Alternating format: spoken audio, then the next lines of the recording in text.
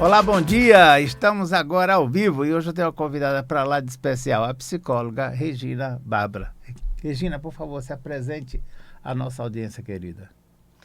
Olá, Sereno, olá a todos. Meu nome é Regina, eu sou psicóloga, sexóloga, hipnoterapeuta. Que Também legal. trabalho com as ferramentas do Access Consciousness. E vamos ver o que a gente consegue contribuir mais ainda aqui. Maravilha, eu queria que você trouxesse uma percepção da terapia. Nesses momentos atuais, a gente tem percebido que cada vez mais a questão da saúde mental é imprescindível.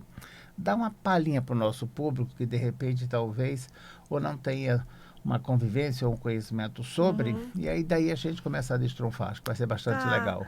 Eu vou puxar o gancho da nossa conversa agora há pouco sobre a saúde mental e a inteligência artificial. Uau, que legal! A intervenção dessa internet que tanto ajuda e também tanto prejudica, que não é exatamente o tema que eu gostaria de estar abordando, mas é um meio que as pessoas estão buscando para, na minha visão, não olhar para si mesmo, mas encontrar um certo consolo. Né? A internet é um meio que tem todas as informações que temos hoje. Então, assim, eu me formei há mais de 30 anos atrás, ainda usando biblioteca, usando enciclopédia, o papel, a escrita. A gente não tinha essa facilidade. Mas cabe a nós discernir até que ponto é uma facilidade ou é uma sabotagem que a gente está usando quando a gente não busca o profissional, né? Então, é um tema futuro. Então, nós estávamos discutindo antes de nós começarmos aqui o programa, vi um post na internet falando que aproximadamente 12 milhões de brasileiros fazem terapia diretamente no ChatGPT. E aí tem aquelas questões, o chat está programado para sempre ser suave. E às vezes a terapia ela exige um certo confronto que é para a pessoa poder tirar algumas máscaras e poder ter acesso à sua sabedoria. Sim. E de repente é isso que a gente está conversando aqui. Mas você tinha falado também de trazer um pouco da questão dos mitos. Isso, e é perfeito, a gente já começa daí, você traz a palavra confronto. A terapia ela vai funcionar se você se sentir incomodado. Quando a gente é desafiado e alguma coisa vibra, que a gente sai daquela zona de conforto, é onde a gente procura novas perguntas, novos caminhos, novas portas. Então, é assim, terapia boa, terapia funcionando é aquela que a gente sai incomodado. E é sobre esses incômodos que eu queria trazer esse nosso bate-papo hoje. Baseado ainda na psicologia analítica do Jung, onde ele traz mitos, contos, parábolas, e eu sou apaixonada por parábolas, como um instrumento, uma ferramenta terapêutica, dando uma nova visão para o seu cliente, o seu paciente. Quando a gente conta uma parábola, quando a gente traz um conto, a gente tem os símbolos e a figura de linguagem que a gente pode mostrar para o nosso paciente e fazer esse paralelo. Então, nesse mundo, nessa atualidade de internet, de inteligência artificial, eu vejo como uma prisão. Eu trabalho muito com vícios. Então, um vício na internet, um vício de tela, celular, computador, inteligência artificial, é um vício nomofóbico, né? E é uma prisão construída por nós. Então, tem um conto do Rubens Alves que eu gosto demais e que ele encaixa em diversas situações. Eu, inclusive, normalmente encaminho alguma coisa, um link da nossa famosa internet para que a pessoa tenha acesso ao conto completo. Então, ele conta. O conto é A Menina e o Pássaro Encantado, e Aí ele começa dizendo que o melhor amigo dessa menina era um pássaro encantado, um pássaro todo plumado e colorido. E ele sempre fazia longas viagens e voltava, às vezes de uma cor diferente, às vezes branco, porque passou por campos de neve, às vezes vermelho, porque passou por campos de fogo. E ele sempre volta e conta as histórias para a menina, que fica ali sonhando como se ela estivesse cavalgando, voando sobre, junto com o pássaro, né? Sobre o pássaro. E aí ela faz uma queixa que cada vez que ele vai, ela sente muitas saudades, porque ela não sabe quando ele vai voltar. Então, uma bela vez, ela pensa assim, bom, e se ele não fosse mais embora? Ele vai continuar sendo o meu melhor amigo, sempre presente. Então, ela vai e compra uma gaiola, na brilhante ideia, né, de comprar uma gaiola. Ela fala assim, quando ele estiver dormindo, eu vou delicadamente colocar ele na gaiola. E ele não vai mais voar. E ela faz assim. E aí, durante a noite, o pássaro já gemendo, alguma coisa não está bem, ele desperta. E ele diz para a garotinha, poxa, mas você me aprisionou, eu sou livre. E aí eles começam a conversar e ele tenta explicar para a garotinha que se ele não ficar livre, se ele não voar, ele não vai ter histórias para contar. E se ele não voar, ele vai adoecer. Então, se ele ficar aprisionado na gaiola, ele vai adoecer. E isso acontece. Então, a menina não se conforma, ela mantém o pássaro enjaulado e o pássaro começa a adoecer e a perder as suas penas, as suas cores. Quando ela se dá conta que o pássaro pode morrer, ela abre a porta da gaiola para que o pássaro possa viajar e fica na expectativa de que ele volte, sem saber se ele vai voltar, uma vez que ele já foi aprisionado. E o pássaro sai, viaja e volta. Então é sobre isso.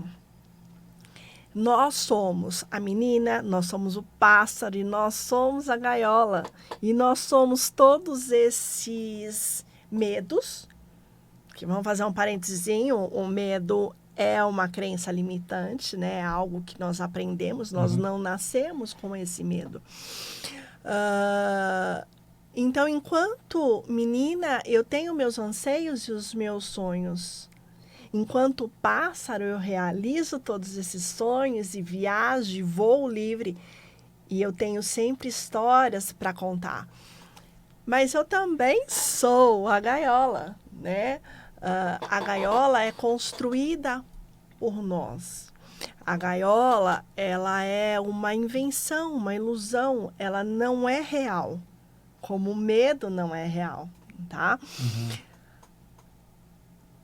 E a gente só consegue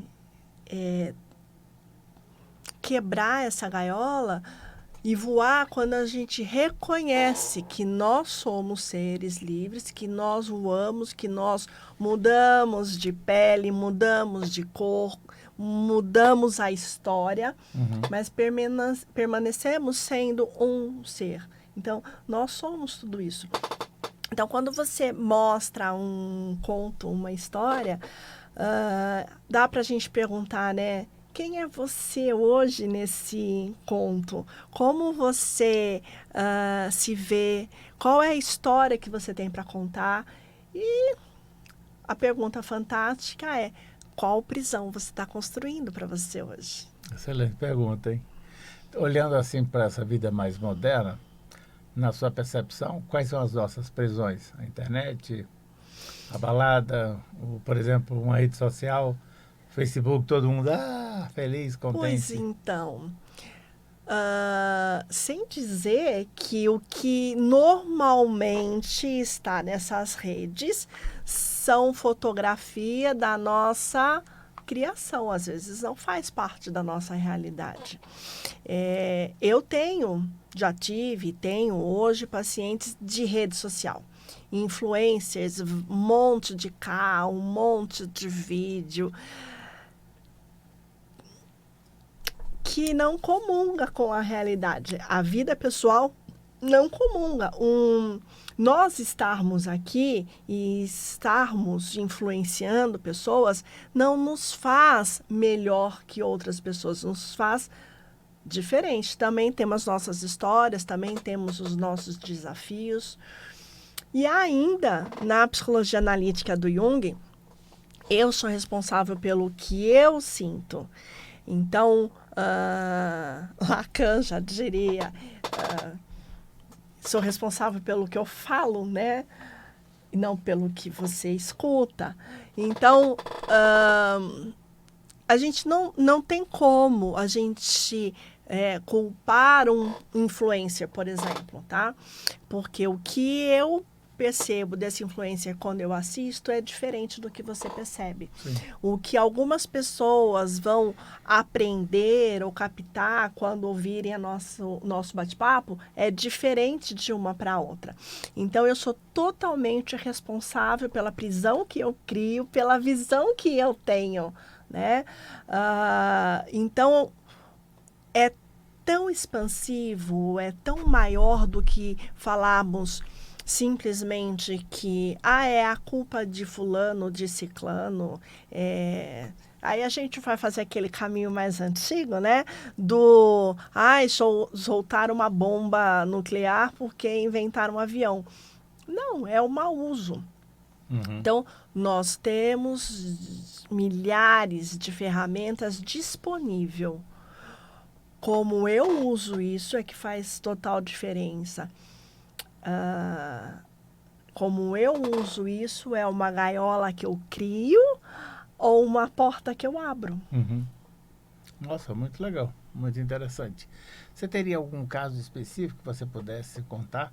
Só um relato de alguém que você atendeu, ou que você está atendendo, ou que foi no passado e que você percebeu que era uma prisão nítida e que depois de um tempo essa pessoa abriu a gaiola dela e voou?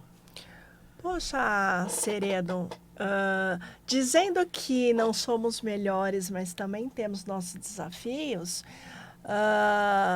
eu poderia dizer que eu abro gaiolas todos os dias e o tempo todo, porque somos seres em evolução, em expansão, e a gente é desafiado o tempo todo. E se a gente está na permissão de ser desafiado, então seremos desafiados.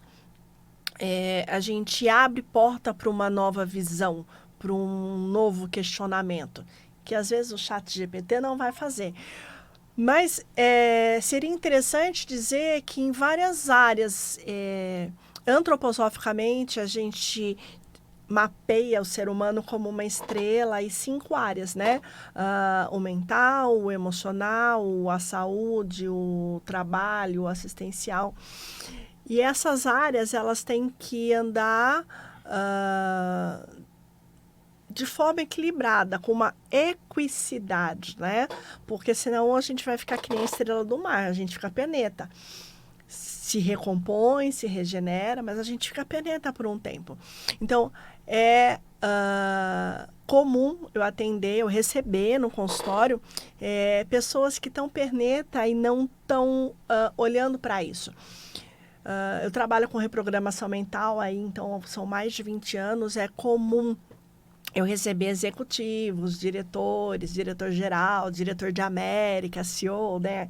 Aquela classe que está ali à beira de um burnout e que, de repente, passa por um exame, faz um check-up, e aí fala assim, mas isso aí é emocional. Então, depois de muito, dá volta e chega pro profissional habilitado, psicólogo, para fazer um trabalho.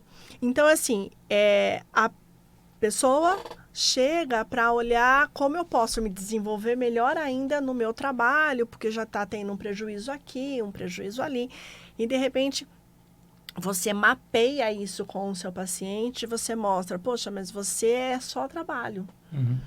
Então, quando você desenha, literalmente, eu sou a moda antiga, sou ortodoxa, e aí eu desenho em lápis e papel uma estrela e eu vou mostrando para o meu paciente onde ele está a perneta, ele percebe que se ele não olhar para essas outras áreas, essa aqui também vem a óbito, né? Que é a hora que o corpo está gritando. Então, daí a gente faz esse equilíbrio. Então, ele vem por uma questão profissional e, de repente, a gente desenvolve a vida afetiva, a vida social, o mental se abriu e é uma pessoa que surge com diversas garras, né, da estrela, desenvolve pessoalmente, emocionalmente, então assim, casa, tem filhos, troca de emprego, porque essa gaiola, como eu disse antes, às vezes não é uma questão de CLT ou de ser profissional liberal ou autônomo, é uma questão de como construímos a nossa gaiola. Então, percebe que estava engaiolado. E aí você percebe que se eu construo uma gaiola por qualquer tema ao meu redor, às vezes você é meu parceiro, mas você não consegue entrar, a gaiola é minha. Sim, sim. Né? Se eu construo uma gaiola, eu não tenho acesso ao cuidado físico, à nutrição, que hoje em dia também tem modas do whey, né? E às vezes a gente sai tomando a moda e também não busca com o médico o que é que falta para o meu corpo, o meu organismo. Então, quando a gente se aprisiona numa gaiola, numa construção, a gente não tem acesso às outras áreas. O famoso, né? Tá tudo interligado, é um entrelaçamento muito grande. E a falta de dosar isso. Então, voltando um pouquinho atrás, quando a gente começa a falar de redes, né? É uma falha social. Porque tem a ver com limite. Quando eu, mãe, eu tenho 3 filhos. Quando eu, mãe, fico na rede social, para que eu tenha tempo e espaço, eu solto o celular, o tablet na mão do meu filho, para que ele fique também. E, por favor, me deixe em paz, eu estou fazendo as minhas coisas, né? Às vezes estou rolando tela, às vezes é um instrumento de estudo. Então, quando a gente não dá um limite para o nosso uso, para a nossa pesquisa, e sim, você pode jogar, mas determina um horário para isso. Quando você não dá um limite para você, você não dá um limite para a criança que está crescendo. Eu tenho um filho de quase 30 anos, então é assim, nasceu junto com o celular, e eu tenho filhos mais jovens. É o limite que a gente dá, é o critério que a gente dá. Então, nós vamos ter pessoas dizendo que... ou me julgando, me crucificando, né?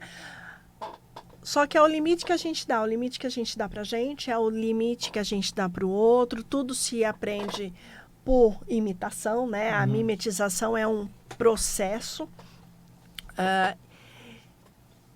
E a gente perdeu... Estou falando de mim. A gente perdeu o limite do limite. O quanto eu venho a ser bacana e legal.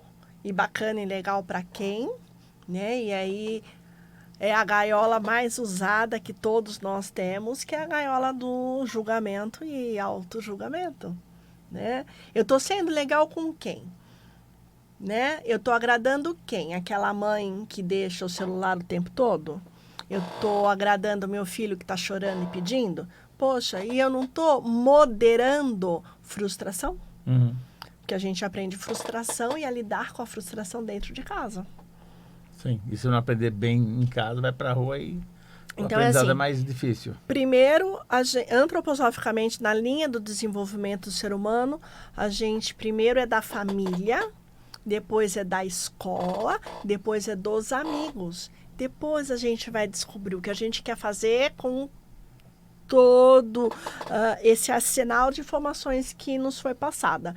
Então, nos foi passado crenças limitantes e capacitantes, mas ninguém fala daquilo que é capacitante, né? Sim. Nos foi passado, mas, contudo, entretanto, porém, todavia, o que eu vou fazer com esse arsenal? A gente facilmente descarta a fórmula de Bhaskara. Ah, eu vou usar isso para quê? Faça isso com outras coisas, né? O que mais estão te falando, estão te contando, o que mais você está comprando e que não contribui com a sua vida? Descarta, não é só a fórmula de Bhaskara. Legal. Então, nós já estamos caminhando para o final da nossa entrevista. Olha como passa rápido o tempo. Muito. Então, vamos começar a fechar. Tá, falamos das gaiolas, das nossas prisões, das nossas formas de libertação. E para a gente ir fechando, o que você deixaria como um comentário, talvez uma dica para o nosso telespectador, para que ele possa largar a gaiola? Se ele não tem alguém que abra a gaiola, que ele mesmo abra a sua própria gaiola. Sim, a gaiola abre do lado de dentro e só você tem poder de abrir a sua gaiola, porque é uma criação sua. Então, se não está conseguindo, está tendo dificuldade de fazer isso sozinho e já percebeu que é possível, busque ajuda. Então, tem profissionais habilitados que podem te ajudar e te motivar. Então, assim, eu trago muito para os meus pacientes. A chave é a pergunta. Então, mais ou menos 300, 400 anos depois de Cristo, tinha um colega, Sócrates, um filósofo incrível, e ele vem, e ele descobre, ele fala sobre quanto mais perguntas você fizer, mais possibilidades você tem, que é uma ferramenta do Axis, né? Sem dúvida. E que isso e traz de uma linguagem que atinge uma quantidade infinita aí de pessoas. Fazer perguntas te leva a lugares jamais vistos. As perguntas são a chave para abrir qualquer porta e qualquer gaiola. Se você está com dificuldade para fazer perguntas, comece perguntando que pergunta eu faria se eu soubesse o que perguntar. Pergunte para um profissional, busque ajuda. É possível você sair disso. Não existe uma prisão interna. Poxa, não existe, ficou forte, né? Mas é para incomodar. Não existe uma prisão interna que você não possa abrir.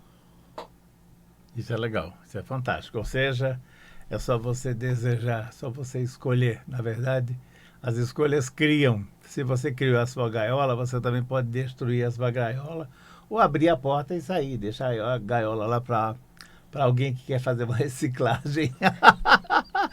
Pois é, que é o papel do... Tem uns bichinhos, aí é com você, tem uns bichinhos marítimos que troca essa carcaça. Sim. Ele abandona a pequena e vai para uma maior. Você é um ser infinito gigantesco, abandona essa casca, essa prisão. É o exoesqueleto, né? E vai para a próxima. E vai para a próxima, larga a mão, não fica preso nessa situação, não, que não vai chegar a lugar nenhum. Nós temos ainda um minutinho. Digamos que uma pessoa te liga agora e fala, puxa, doutora, eu estou aqui completamente perdido nesse lugar. Qual seria a dica de cara? Faz terapia, bate um papo, faz uma terapia breve? Ah, Regina, tá? Comigo. Tá. Eu procuro acolher sempre, rapidamente, na hora, no dia seguinte. Se é comigo, já estou no telefone. Eu procuro trazer a escuta. Legal. E daí porque a gente está vivendo um momento assim de tantos...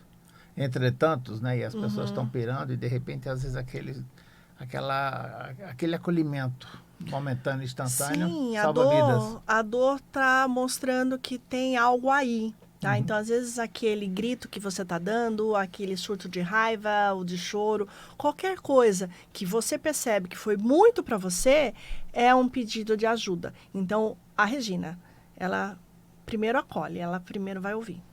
Maravilha. Gratidão, querida. Muito obrigado. E eu vejo você no próximo programa. Muito obrigado e um grande abraço. Tchau. Gratidão.